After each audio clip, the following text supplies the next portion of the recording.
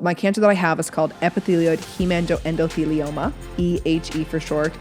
I am so lucky that this has been my cancer story. It could have been completely different, and was, and tomorrow could be completely different too. So why fixate on that? You're wasting your time, your energy. It's stealing your joy from today. It's stealing your joy for tomorrow. Just live. Like, that is literally the definition. Like, just live your life. It's biopsy day. Okay. Here's the start of my brand new life. Time to get up. I'm so used to filling up my drink every morning with either my LMNT or at my LMNT plus my colostrum. Can't drink anything, friends.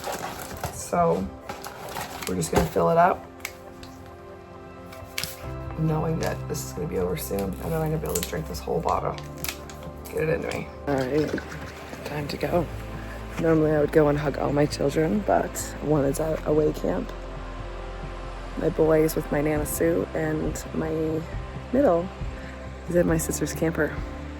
But I am gonna go peek to see if she's awake so I can give her a hug. Ready? So ready. You're ready. I'm telling you right now, you are ready. You think?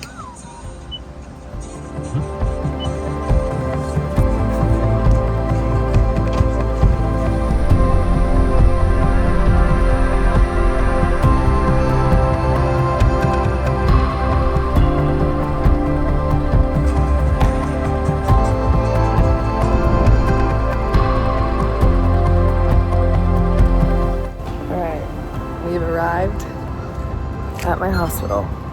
It's so hard to believe that exactly 4 years ago is when all this actually began, and I was actually living in this hospital for a few weeks. Yeah, that was a good time. So it's pretty wild that all this clinical trial and biopsy are happening at this time when it's all so very familiar around this time of year. So here we go. All right, so little recap for you. Whenever I arrived, they had said that Ty couldn't come in. We were okay. We gave each other a hug and we left. Our middle daughter was actually getting her splint off her hand, her little cast she had because she broke her pinky, and it was at the exact same time my appointment was. So it was nice that Ty actually got to be there with her.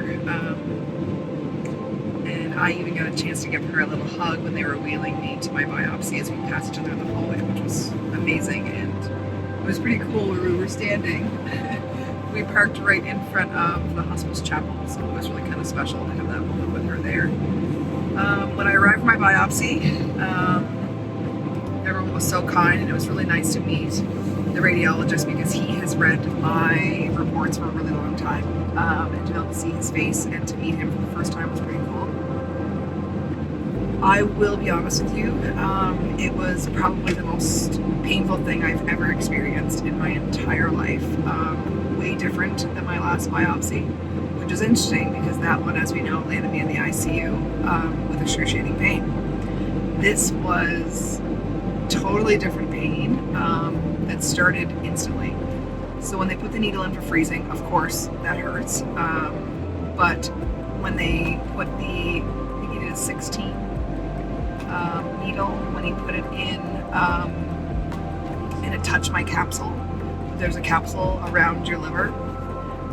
When you live with EHE, it's extremely, extremely painful disease, and it was unbearable. I screamed, I jolted, I felt really bad, and I could tell him exactly where the needle was, which he didn't often have patients being able to do that. Like, I could literally tell him where he was every time he poked and prodded in there, and it was awful. So I had tears streaming down my face. My nurse was, I think I broke her hands probably. I've been working on my grip strength with my barber carries. I am worried about this poor nurse's hands.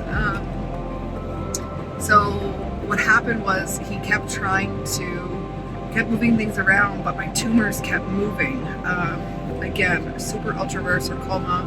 He was running into a few hiccups, but he narrowed down. There was like 4 along the outside area underneath my ribs that he was able to kind of look at. And and then he narrowed in on one. So the first biopsy, the snipper snapper of the tool, I heard it, but I didn't actually feel it going in at all. It was just when the needle would go through the capsule.